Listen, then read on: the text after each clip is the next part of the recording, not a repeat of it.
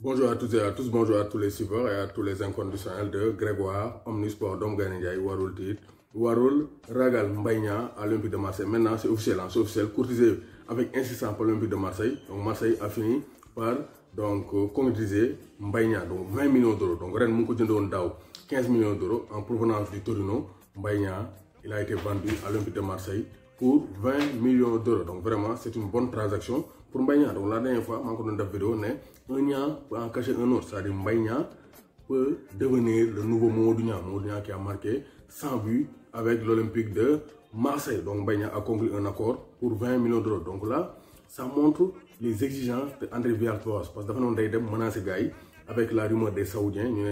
Villas-Boas a Newcastle. Après, Villas-Boas a exigé le recrutement de Mbaïna. Parce que moi, Mbaïna, dama la bëgg dugal sama système 4-4-2 comme ni ko Djibril Sissoko di waxee à chaque fois Mbaïna c'est un attaquant qui s'épanouit en 4-4-2 et non en 4-3-3. C'est pourquoi Villas-Boas va l'associer probablement à Dario Benedetto donc pour l'attaque de feu de l'Olympique de Marseille la saison prochaine. Et Mbaïna aussi a un avantage. L'Olympique de Marseille s'est qualifié directement pour la phase de poule de la Ligue des Champions. Donc l'année prochaine, Mbaïna va évoluer en Ligue des Champions. Il faut que l'on parce que Mbaïna, c'est un joueur qui a tardé à devenir sérieux, à devenir mature, à devenir stable. Parce que lui, c'est un bad boy du football français. Mbaïna a 17 ans, 16 ans et quelques, le jeu Ligue 1 avec Caen. Après, nous avons eu Milan AC. Bon, Milan AC, il n'a pas réussi à vraiment... Donc, il n'a pas réussi à s'imposer au Milan AC. Donc, nous devons Milan AC, nous avons eu Watford, donc Alco ay Torino, Alco Genoa, Alco Montpellier. Il a joué en France avec Montpellier, mais il n'a pas réussi à s'imposer. Mais depuis que nous sommes équipe nationale du Sénégal, donc stabilité amnoko, Rennes, Alco, donc Torino, Alco Rennes, nous avons une belle saison ponctuée par une qualification en 16e de finale de la Ligue Europa avec Ismaïla Sarr.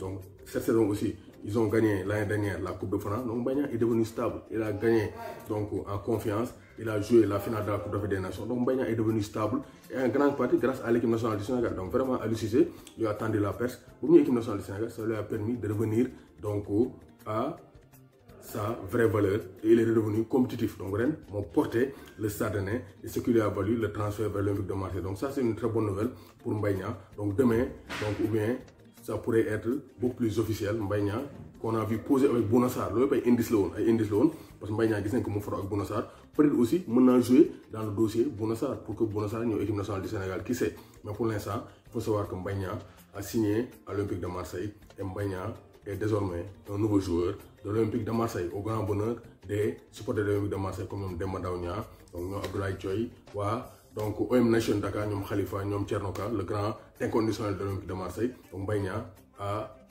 une nouvelle aventure. Maintenant, c'est à lui de confirmer. Parce qu'à 25 ans, il est tout jeune, il est né en 1994.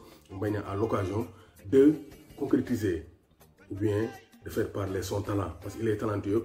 Maintenant, l'année prochaine, il aura l'occasion de jouer dans un très grand club. Parce que Marseille, c'est un grand club. C'est le seul club en France à avoir remporté la Ligue des Champions. Donc Mbaïna à Marseille, c'est une bonne chose pour le football sénégalais, mais aussi pour Mbaïna. Donc Mbaïna à Marseille, pourquoi pas Habib Diallo à Rennes. Donc nous buntu parce que Mbaïna Demna, il faut que nous remplacions. Donc Habib Diallo, qui attend un transfert, peut quitter le FCMS. Rennes, il a la possibilité avec Edouard Mendy de jouer les phases de poule de la Ligue des Champions. Donc Habib Diallo m'a quitté Metz d'Emren. Donc ça c'est une piste pour Habib Diallo pour un éventuel transfert en Ligue 1 française. Habib Diallo aussi, Ibrahima Niane devenir l'attaquant numéro 1 de Metz. Donc c'est un jeu de siège médical du côté des Sénégalais.